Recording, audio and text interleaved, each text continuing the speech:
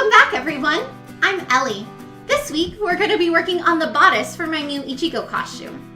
I am totally excited to get started on this, but it is part 2 of a series, so if you haven't seen the first part, make sure you click right over here and go take a look. We worked on the skirt last week and it was such a fun project. I think you'll really enjoy it. But for now, let's just dive right in and get started on this bodice.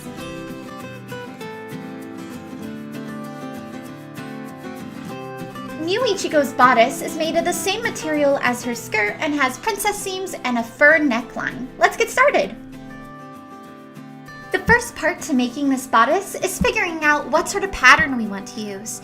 You could easily use a store-bought pattern or a pattern you used before, or you could draft a pattern using math and slopers. But I decided to go ahead and drape this pattern. This is my favorite type of pattern making. It's really relaxing, and once you get the hang of it, it goes by really quickly. To drape this pattern, I'm simply using a really cheap muslin and pinning it onto my dress form and pinning the seams where I want them to go. Ichigo's bodice has princess seams, which is one of the easiest pattern types to drape since your dress form will usually already have princess seams built into it. You can simply follow those guidelines when making your pattern.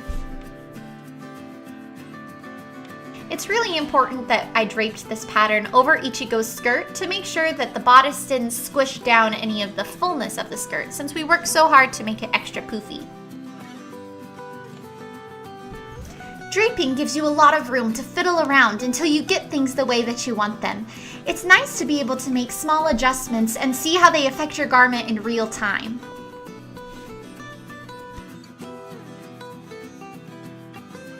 Once I have a seam where I like it, I trim off all of my excess fabric and then I trace it with a pencil. That way when I take my pattern apart, I still know where the seam lines should be.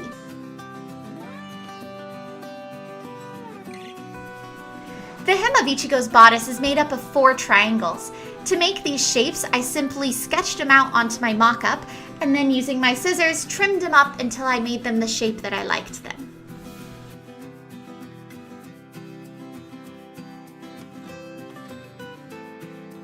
Once I had the pattern the way I liked it, I was able to take it apart and then I traced it onto this paper. This way I have a hard copy of my pattern and can save it for later. Always be sure to label your patterns so that way when you're digging through your bin in the future, you knew what they were for. Now it's time to cut out my fabric. I was running a little bit low on my pink material, so I had to be kind of creative with the way I was cutting it. I traced out all my pieces and then cut them out with seam allowance. Then I did the same thing with our pink lining material. After that, it was time to cut out our duck canvas. Duck canvas is a thicker material that I use when I make structured bodices or corsets. Normally, I would use 2 layers of duck canvas, however, I only had enough for 1 layer for this bodice.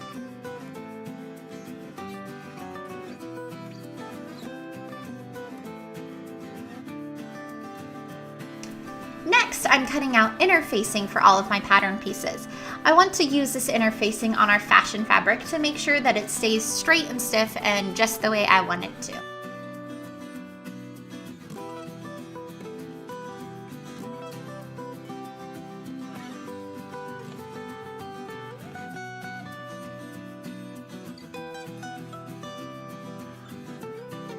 Once we have the interfacing cut out, we iron our fabric flat and then iron on the interfacing with the rough side towards the fabric.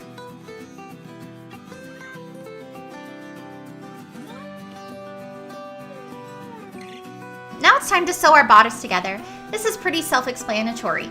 I go through and I stitch all the pieces together following our seam lines. I do this for the fashion fabric, the lining, and the duck canvas.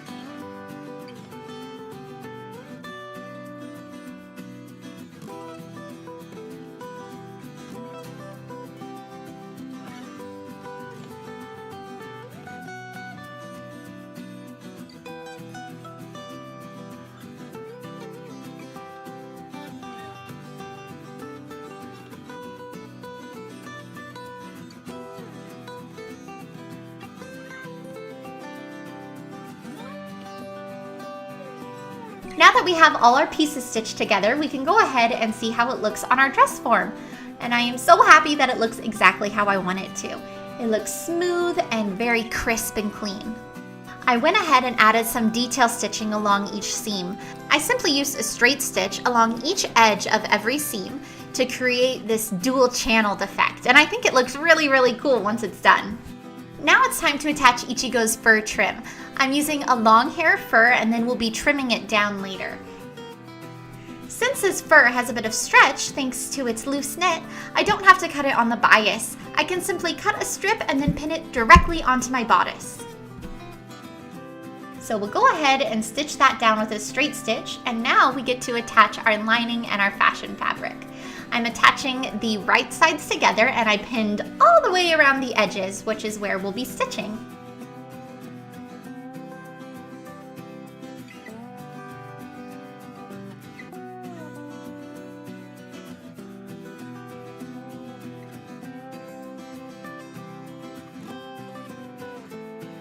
Once that's finished, I trim off all the extra seam allowance and turn it inside out. Now we can begin adding the bones to our duck canvas layer. I'm going to be using flat steel. I have 2 bones that are 1/2 inch and 2 that are 1/4 inch. We're going to attach these directly to our duck canvas layer. To do this, I'm going to be marking some channels and adding extra strips of duck canvas that the bone will rest in between. Normally, when I use 2 layers of duck canvas, I don't have to use that extra strip of fabric. I can simply stitch the 2 layers together to create my channel, which is sometimes a little faster. However, creating a channel with a strip of fabric works just fine. I simply stitch along where I marked the bone to go, and when I reach the end, I slip the bone in and then close it off.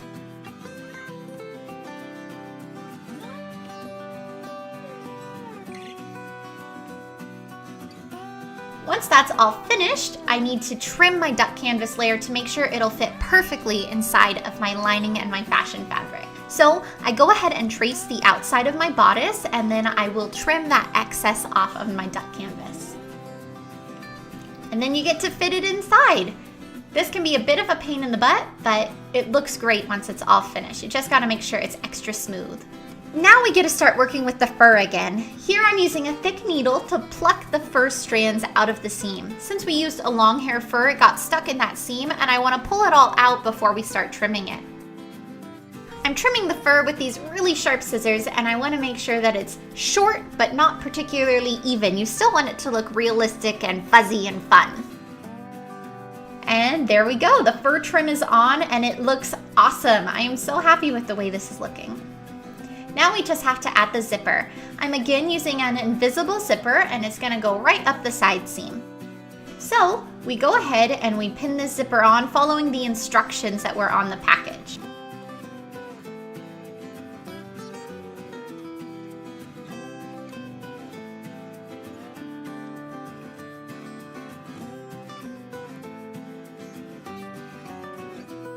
Once the zipper is in place, I folded the lining in and stitched along the edges to finish it off.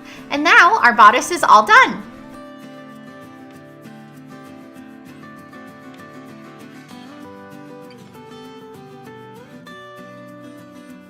We did it! Yay! Oh, I am so happy with the way this bodice came out. You know, I was a little concerned when we only used 1 layer of duck canvas instead of my usual 2, but it feels amazing. It's soft and natural and doesn't at all feel tight or constrained like it probably would have with our 2 layers. So I'm really happy we only went with 1.